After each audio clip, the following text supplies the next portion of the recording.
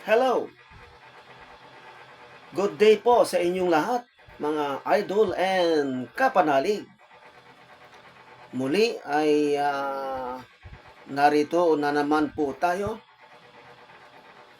Kayo ay nakatunghay ngayon, nanonood ngayon sa aking channel, Pantero 101. Bago po ang lahat, mga idol and kapanalig, tayo ay manalangin muna. O Diyos na makapangyarihan, na may gawa ng langit at lupa, pinupuri ka namin, sinasamba ka namin. Ikaw ang dakilang Diyos na higit sa sapat sa aming pangangailangan. Patawad po sa lahat ng aming kasalanan. Nawa ay gabayan niyo po kami at samahan niyo po kami sa pagninilay namin sa iyong banal na salita sa araw na ito. Dalangin ko, O Diyos, pagpalain mo nawa at ingatan, ilayo sa anumang uri ng kapahamakan, at pagalingin mo nawa sa anumang uri ng karamdaman ang lahat ng tao na makakasumpong sa channel ko na ito bilang daluyan ng iyong mga banal na salita. Ito po ang aking samo at dalangin sa pangalan ni Jesus. Amen. Thank you, Lord. Salamat po sa iyong pagpapala sa araw na ito. Salamat sa iyong magiging gabay at patnubay sa araw na ito. Thank you, Lord. Okay, shout out muna sa aking mga idol and kapanalig, sa mga subscribers and viewers. At para sa mga bago kong viewers, wala kayong gagawin kundi makinig, at sumampalataya sa Diyos na may likha ng langit at lupa. Amen? At huwag niyong kalilimutan, subscribe na. Amen? Thank you. Salamat po. Narito po ang ating pagninilay-nilayan. Narito ang ating pag-uusapan. Pagninilay-nilayan na salita ng Diyos sa Romans, in English, Roma, in Tagalog, chapter 10, verse 9. Romans chapter 10, verse 9. At ang sabi,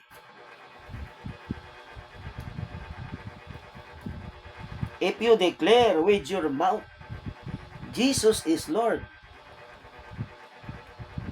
and believe in your heart that God raised Him from the dead, you will be saved.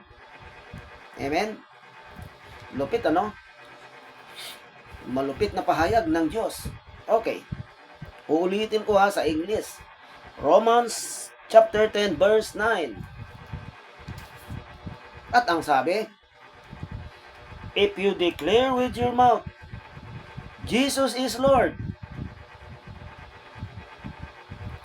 and believe in your heart that God raised Him from the dead, you will be saved. Amen? Okay, malupit na pahayag ng Diyos. Sa Tagalog, mga idol and kapanalig, Roma chapter 10 verse 9. Sapagkat kung ipahahayag mo ng iyong bibig si Jesus ay Panginoon, at sasampalataya ka sa iyong puso na binuhay siyang mag-uli ng Diyos sa mga patay, ay maliligtas ka. Amen? Ulitin ko sa Tagalog. Excuse me po. Sa Tagalog, Roma chapter 10 verse 9, mga idol and kapanalig. Sapagkat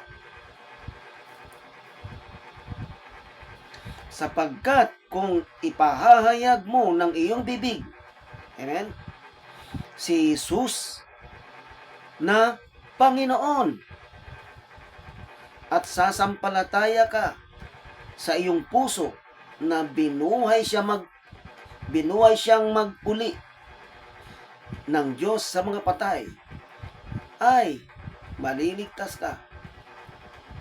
Amen? Amen po ba? Amen. Okay. So, simple lang po ang kahilingan ng Diyos sa atin ngayon. Simple lang yung kanyang panawagan. Simple lang yung kanyang sinabi. Simple lang yung kanyang gustong ipabatid sa atin. Simple lang yung kanyang gustong mangyari sa atin dito sa lupa, sa ating mga tao na kanyang nilikha. Ha? Okay. So, himay-himayin po natin yung kanyang salita, no? Declare with your mouth. Ha? Ang sabi ni Lord, declare with your mouth. Sabi niya, ipahayag mo ng iyong bibig. Ha? Ibig sabihin, banggitin mo. Meaning, bigkasin mo. Declare you with your mouth. Ano ba ang declare? I-deklara. Sa Tagalog, ihayag, ipahayag, sabihin, bigkasin. And, simple lang po, mga idol and kapanalig. Ano?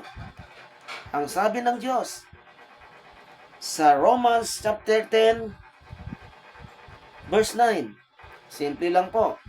Ang kanyang sinasabi, ang kanyang nais ipabatid. Declare with your mouth. Sa English yun, Sa Tagalog, ipahayag. Ipahayag mo ng iyong bibig. Declare with your mouth. Salitain mo. Bigkasin mo. Amen? Amen po ba? Mga idol and kapanalig. Ano daw yung i-declare natin?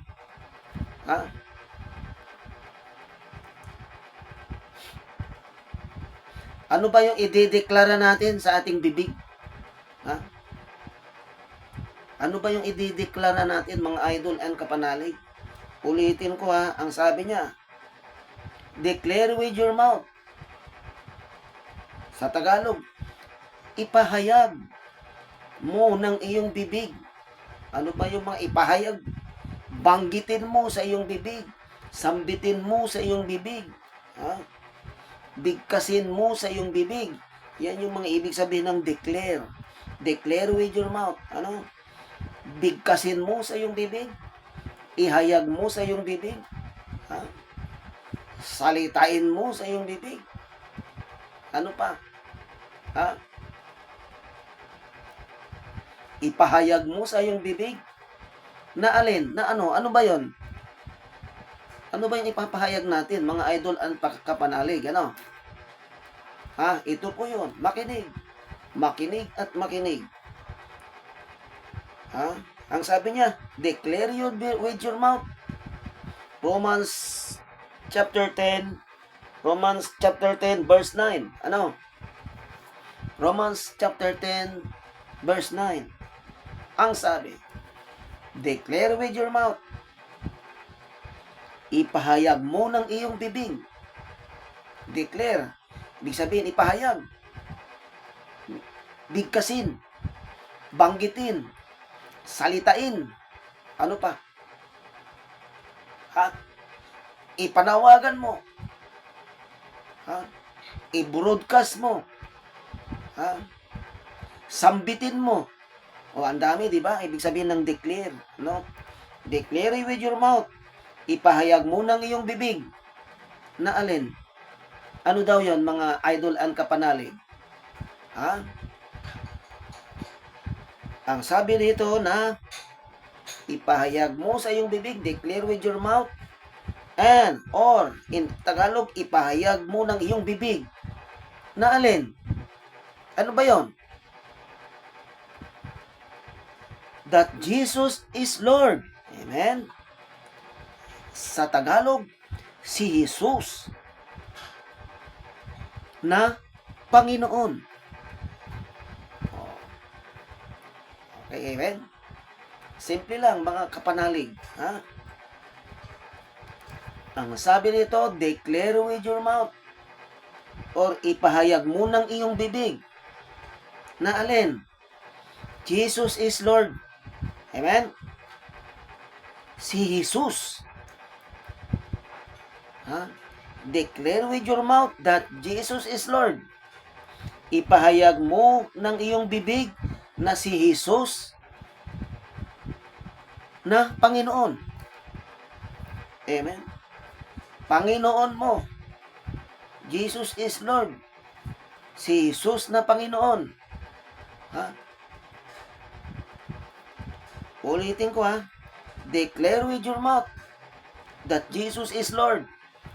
Ipahayag mo ng iyong bibig na si Jesus ay Panginoon. Amen? Mahirap ba yun? Bibigkasin mo lang. Di ba? Oh, ano naman ang benefits kung ipapahayag natin? Ha? O ang tanong, ang sabi kasi dito, declare with your mouth that Jesus is Lord. Ha? Or sa Tagalog, ipahayag mo ng iyong bibig na si Jesus ay Panginoon. So, ano naman ang magiging benefits? Okay, ulitin natin ha. May isa pa. Halimbawa, dineclare mo na sa bibig mo. Halimbawa, na-declare mo na that Jesus is Lord. Dineclare na iyong mouth. Tapos ipinahayag na ng bibig mo na si Jesus ay Panginoon. Narito pa ang isang requirements. Ha? Narito pa. Believe in your heart. Yung sinabi ng iyong bibig, yung binigkas mo sa iyong bibig na Jesus is Lord. Na si Jesus ay Panginoon. Ha? Ang isang requirements ng Diyos is believe in your heart. Dito sa puso. Ha? Na sa Tagalog, taos-pusong pananampalataya. Di ba? Believe in your heart. Sa Tagalog, taos-pusong pananampalataya. Okay. Ang sabi dito ha, declare with your mouth that Jesus is Lord. And believe in your heart. Okay. So, declare and believe. Okay. Declare and believe. Okay. Sa Tagalog, ipahayag mo ng iyong bibig na si Jesus ay Panginoon at taos-pusong pananampalataya. Amen? Uulitin ko ha. In Tagalog. Ha? Declare with your mouth that Jesus is Lord and believe in your heart. Ha? Huwag lang yung ha. Ulitin ko. Ipahayag mo ng iyong bibig na si Jesus ay Panginoon at taos-pusong manampalataya. Ha? Ha? Okay. Amen? Okay. Next requirement, ha? Declare with your mouth. Kailangan bigkasin mo. Number 1 requirements. Declare with your mouth. Ipahayag mo ng iyong bibig. Na alin? That Jesus is Lord. Ha? Na si Jesus ay Panginoon. Yun yung pangalawa. Pangatlo, at believe in your heart. Sa Tagalog, taos-puso kang manampalataya. Ha?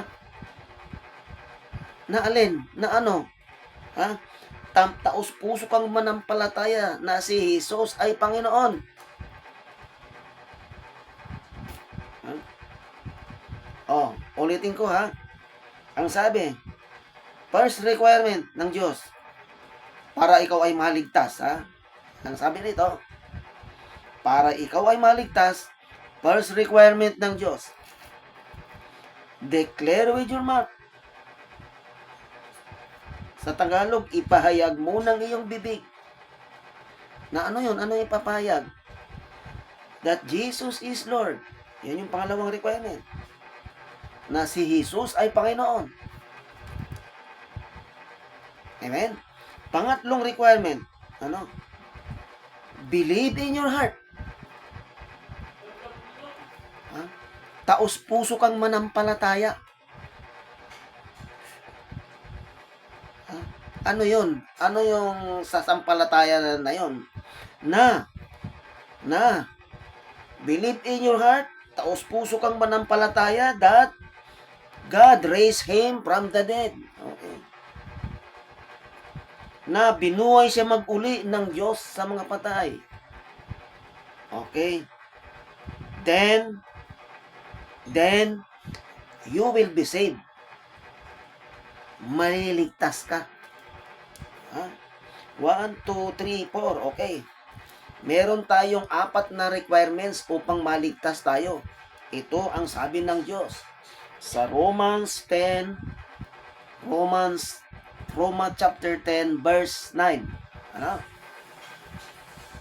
Merong 4 na requirements, mga idol and kapanalig, para tayo ay maligtas. Amen?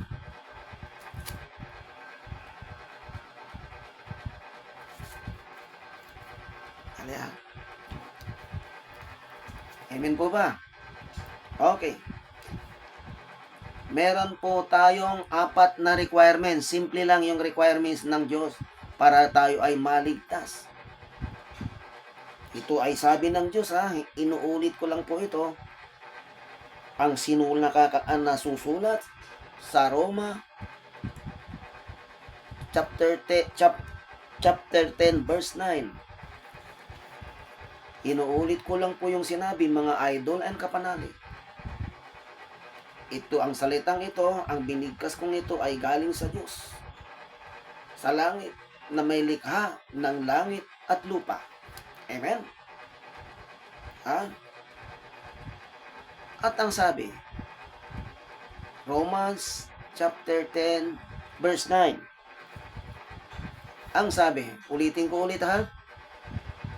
If you declare with your mouth, Jesus is Lord, and believe in your heart that God raised Him from the dead, you will be saved. Amen? Sa Tagalog po. Ang gandang pakinggan, di ba? Sa Tagalog. Sapagkat kung ipahahayag mo ng iyong bibig natin, si Jesus ay Panginoon, at sasampalataya ka sa iyong puso na binuhay na magsyag uli ng Diyos sa mga patay, ha? Maliligtas ka, kapatid. Amen? Okay. So, para tayo ay maligtas, ano? Para tayo ay maligtas, ano? Narito po ang mga requirements ng Diyos. 1, 2, 3, 4. 4 lang po ang requirements ng Diyos. Number 1 na requirements, ano? Declare with your mouth. Yun. Ipahayag mo ng iyong bibig. Yung bibig natin, ihayag natin. Na ano yun? Jesus is Lord. Na si Jesus ay Panginoon. Yun pangalawa. Declare with your mouth. Ipahayag mo ng iyong bibig na Jesus is Lord. Yun yung pangalawa. Si Jesus na Panginoon. Ha? Number 1, ideklara mo sa iyong bibig. Ipahayag mo sa iyong bibig. Pangalawa, na si Jesus ay Panginoon. That Jesus is Lord. Pangatlo, believe in your heart. Ha? Excuse me po. Ang sabi, believe in your heart. Taos-pusong pananampalataya. Yun yung pangatlo. Sandali ha. Excuse me again. Yung pangatlong requirements, believe in your heart. Sa Tagalog, or taos-pusong manampalataya. Yung apat, na God raised Him from the dead, na siya ay binuhay na mag-uli ng Diyos sa mga patay. Ha? Yun yung apat na requirements. Number 1 requirements, declare with your mouth. Pangalawa, that Jesus is Lord. Pangatlo, believe in your heart. Pang-apat, that God raised Him from the dead. Tatagalogin ko. Number 1 requirements, ipahayag mo ng iyong bibig. Amen? Pangalawa, na si Jesus ay Panginoon. Pangatlo, at taos-puso kang manampalataya. Pang-apat, na binuhay siya mag-uli ng Diyos sa mga patay. At ang resulta nun, you will be saved. Maliligtas ka, kapatid, ang kapanalig. Amen? Okay, ganito yan. Simple lang ang sinabi ng Diyos, sa mga bago lang, na naka-tune in, sa mga bagong nanonood, sa ngayon lang nakatunghay. Yung iba po, sa playback na lang ng video na ito, panoorin nyo. Kung gusto nyo yung nauna kong binanggit, panoorin nyo po sa playback. Then, onward na lang kayo sa mga sasabihin ko, mga idol and kapanalig. Simple lang po ang requirements ng Diyos. Bigkasin. Itong bibig natin kasi makapangyarihan na to, mga idol, i-declare mo. Kung ano man yung i-declare mo, kung ano man ng bibigkasin ng bibig mo, kung ano man ang sasabihin mo, is powerful. Makapangyarihan. Kaya ang bibig natin, huwag niyong basta-basta gagamitin. Huwag kang basta-basta magbibigkas. Pero ito, pinabibigkas sa'yo ng Diyos. Sabihin mo raw sa iyong bibig na, Lord, Jesus, Panginoon ko.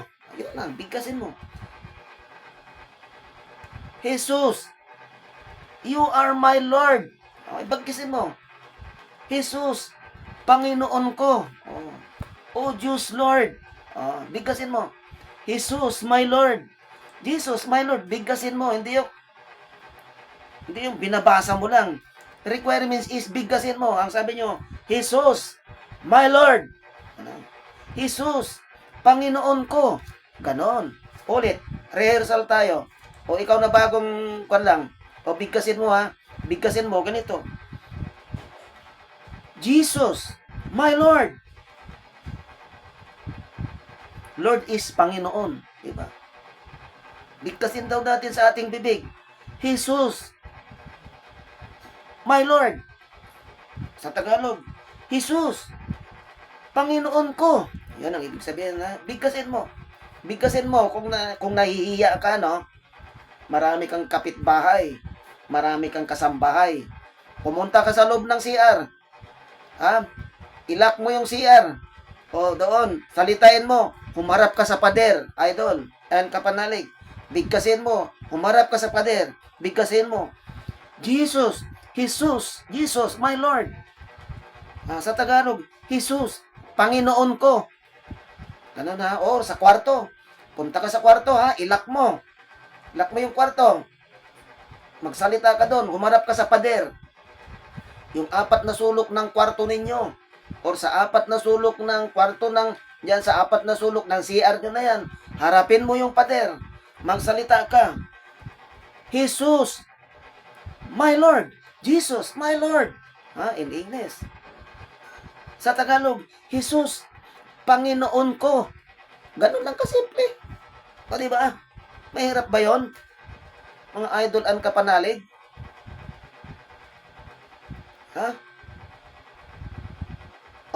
Nahihiya ka. Inuulit ko. Nahihiya kasi marami kayo.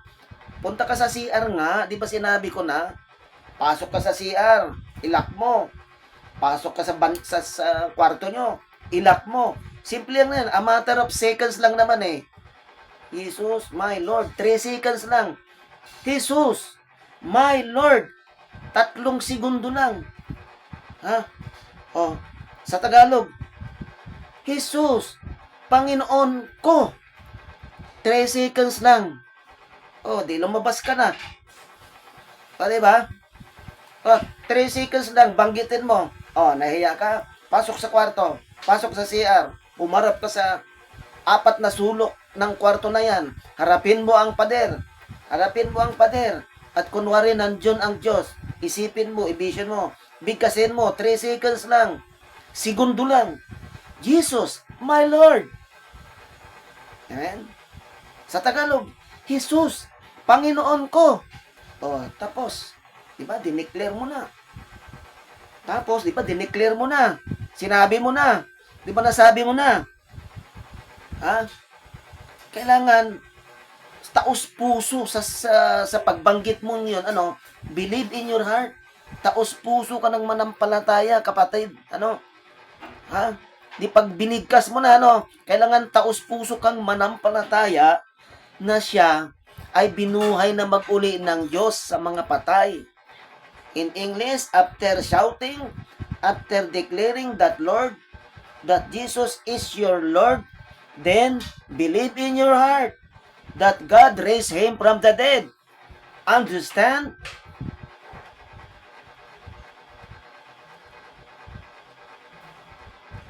For those who are not speaking Tagalog, I will repeat what the Lord says. The Lord says, declare with your mouth that Jesus is Lord. Then believe in your heart that God raised Him from the dead. Then you will be saved. Understand? Para yun sa mga English spokening sa mga Tagalog spokening naman. Narito, ipahayag mo sa iyong bibig na Jesus, Panginoon ko. Ganon. Tapos, taos puso kang manampalataya na siya ay binuhay ng Diyos sa mga patay. Binuhay na mag-uli siya ng Diyos sa mga patay. Tapos, ang resulta nun, maliligtas ka. Amen? Simple, di ba? Napakasimpleng requirements. Napakasimpleng requirements para maligtas. Mga idol and kapanalig. Ulitin ko para maligtas ka Ulitin ko. In English.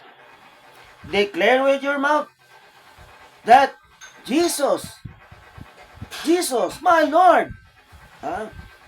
Then, believe in your heart that God raised Him from the dead.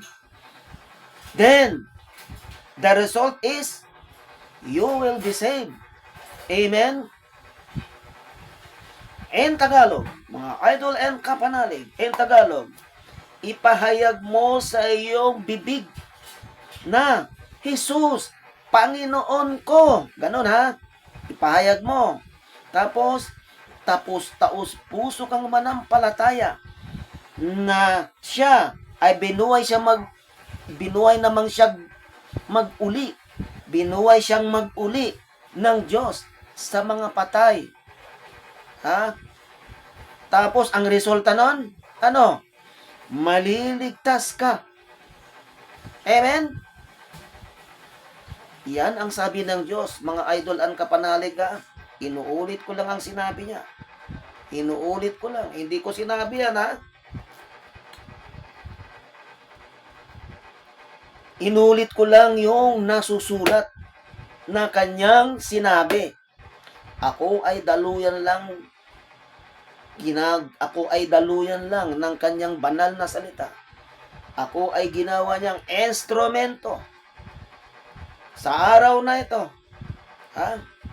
Ginamit niya akong instrumento through my channel, Pantero 101. At ikaw na nakatunghay ngayon, idol and kapanalig, mapalad ka. Bakit? Bakit ka mapalad? Sige nga. Kasi, ligtas ka na.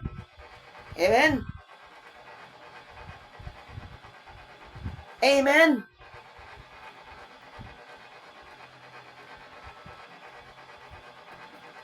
Huwag ka nang mag-agam-agam diyan, kapatid, ano? Ha? Huwag kang mag-agam-agam. Huwag kang mag-doubt. Huwag kang magduda. Ha? Ha?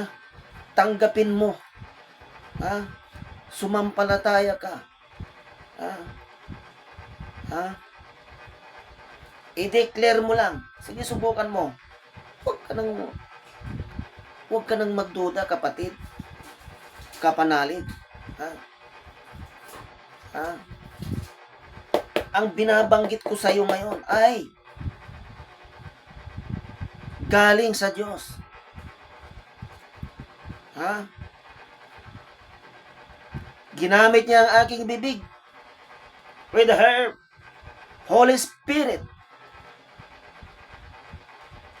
Ha? Ginawa niya akong daluyan.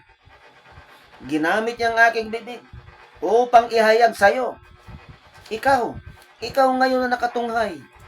No doubt, oo, ikaw yon. Huwag ka nang tumingin sa likod mo. Huwag ka nang tignan yung huwag ka nang tumingin dyan sa likod. Ikaw yun. Diba ang dami nyo? O huwag mong patayin. Huwag mong ilipat. Idol and kapanalig. Huwag mong ililipat. Huwag kang magtatangka. Huwag mong ilipat yan. Channel ko. Diyan ka lang. Stay tuned. Stay tuned with my channel. Idol and kapanalig. Ha? Wala kang gagawin kundi i-declare with your mouth that Jesus, my Lord, and believe in your heart that God raised Him from the dead. Then, you will be saved. Inuulit ko, idol, ha? Ikaw ngayon, sa Tagalog, ulitin ko sa Tagalog, ang sabi, ipahayag mo sa iyong bibig. Sabihin mo sa iyong bibig, sabihin mo, Jesus, Panginoon ko. Ha? Sabihin mo yan, ha? Mamaya na, pagkatapos nito, kung nahihiya ka, kung nahihiya ka kasi may katabi ka dyan, mamaya, pasok ka sa CR, pasok ka sa kwarto. Ganito ha, ganito ang instruction. Ipahayag mo sa iyong bibig. Sabihin mo, Jesus, Panginoon ko. Halimbawa, nabanggit mo na yon, Then, manampalataya ka na ng taus-puso dito sa puso mo na siya ay binuhay na mag-uli ng Diyos sa mga patay. Tapos, ang resulta, maliligtas ka. Amen? Amen po ba? Amen. Okay, maraming salamat. At naunawaan nyo ang aking simpleng paliwanag. Simple at payak na paliwanag. Payak na karunungan. Payak na wisdom.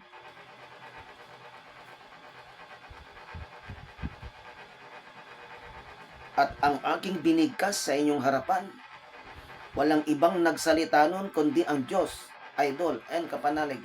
Hindi po ako ito. Ginamit lang niya ang bibig ko this time. Habang nakatunghay ka sa akin. Ang salitang binanggit ko, ang salita ng Diyos na ipinahayag ko, ay galing sa Kanya. Ginawa niya akong daluyan papunta sa inyo. So, mapalad ka kapatid at natunghayan mo ang channel na ito. Ha? Tsak yun. Answered prayer ka. Tsak yun. Maliligtas ka. Amen? Amen. Okay, bago tayo magwakas, manalangin po muna tayo. O Diyos na makapangyarihan, na may gawa ng langit at lupa, maraming salamat po sa iyong gabay at patnubay sa pagninilay namin sa iyong banal na salita. Dalangin ko, O Diyos, na pagpalain mo, ingatan mo, ilayo sa anumang uri ng kapahamakan, pagalingin sa anumang uri ng karamdaman ang lahat ng tao na sumabay ngayon at maging sa playback ng video na ito sa pagninilay ng banal mong salita. Ito po ang aking samo at dalangin sa pangalan ni Jesus. Amen